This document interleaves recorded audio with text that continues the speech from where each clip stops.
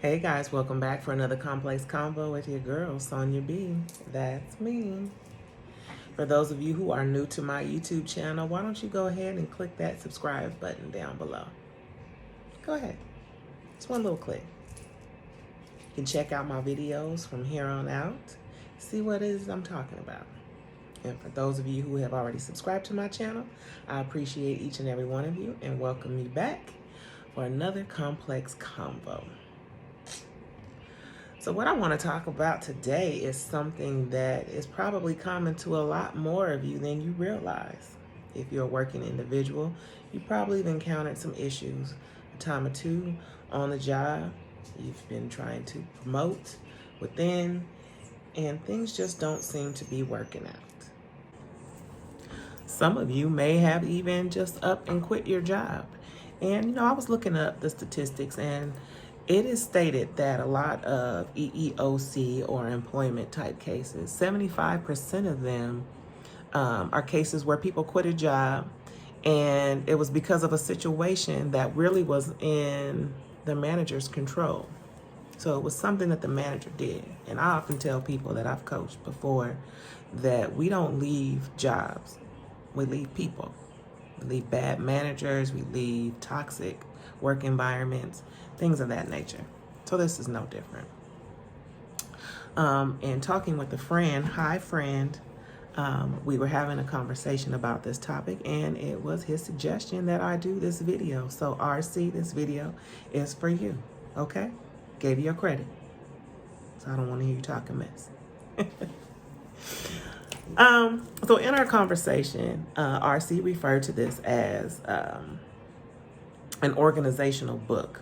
An organizational book meaning, everything that your job says about you, but it's not on paper. So kind of those unspoken things that managers talk about between each other that prevent you from being promoted. So if you've ever felt like you've been sabotaged on the job, this video is for you, because that's exactly what I'm talking about.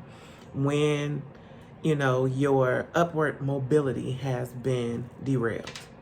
You have been sabotaged from even doing a lateral move. If you've watched my previous video about owning my own shit, I talked about several instances in which I've lost the position. And so in my conversation with RC, I thought about this. Because essentially I was set up to fail so that they could move me out. And that is really, when you think about it, the goal of a toxic manager. Their goal is to either keep you under their ruling thumb, or if you don't comply, they get you out of there, right? And in the meantime, they prevent you from moving laterally. They prevent you from moving upward, because that poses some type of threat to him or her. So tell me if this describes you, the individual. Okay, so you are seemingly doing everything right on your job. I mean, we're not perfect, but you're the go-to person. You deliver, your projects on time. You speak up at meetings, and you contribute valuable insights.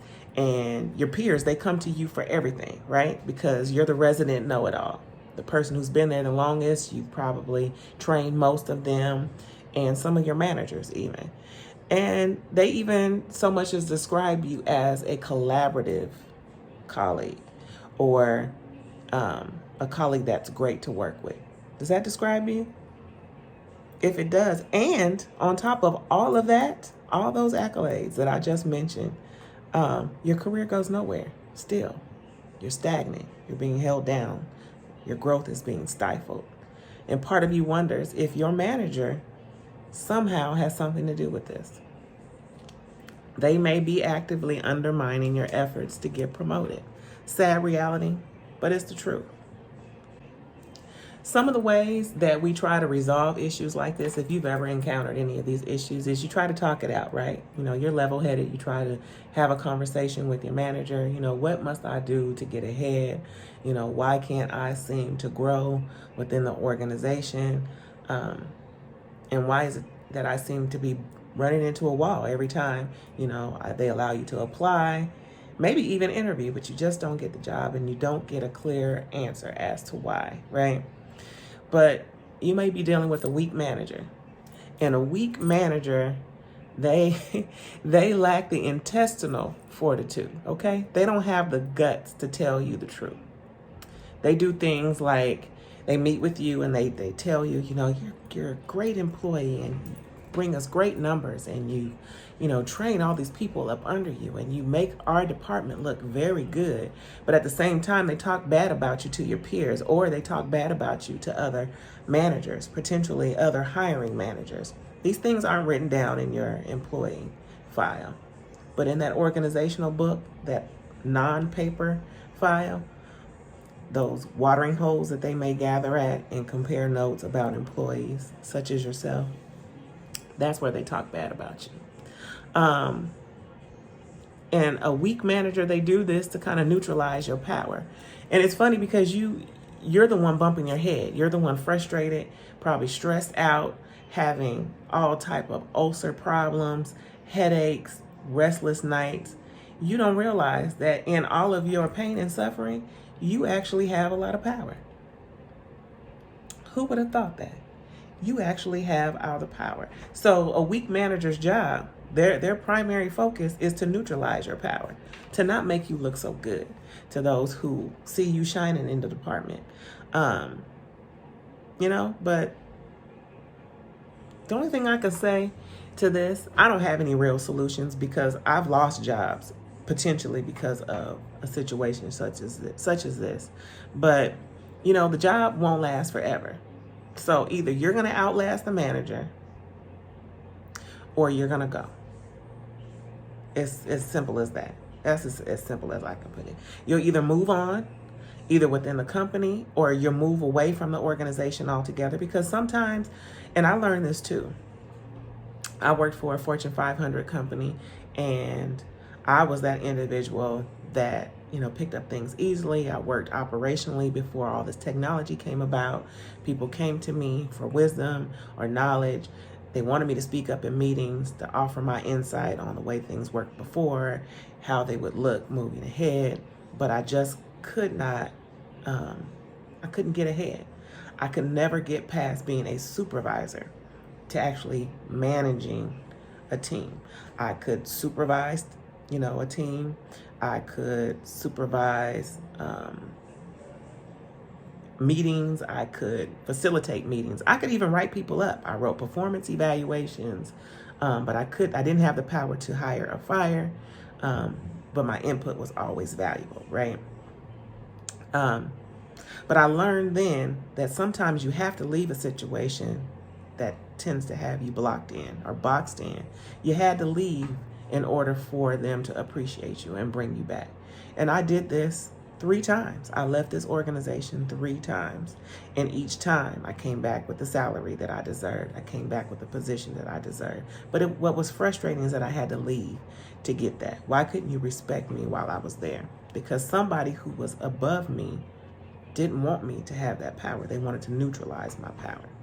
So bottom line is, you may have to leave in order to get that respect and come back. Or you may leave and decide to start your own business. Who better to give you respect than yourself?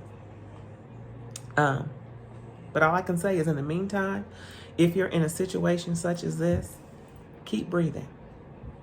Sounds really simple, but keep breathing, because what they want you to do is to stop. They want to stifle your growth. They want to stifle your ability to breathe and function every day. Stop giving them the power. There are weak-minded managers out there still to this day. And a lot of them have motivated me to do what I do. So I'm calling you out. Weakies. Those who didn't know they had the power, they now know. Because they listened to Complex Convo with your girl, Sonia B. So those of you listening to this video today, why don't you comment below? Let me know. Now, after watching this video, have you realized that perhaps you're being stifled? Or you were in a situation previously and you left because you felt like that's what you needed to do. And you recognize now that you were working for a weak-minded individual. I love to hear your comments. Please leave them below. Again, if you haven't subscribed to my channel, click subscribe. I talk about some interesting things. I may not be able to solve any of the problems at all, but I can definitely give you my opinion. But until next time, it's your girl.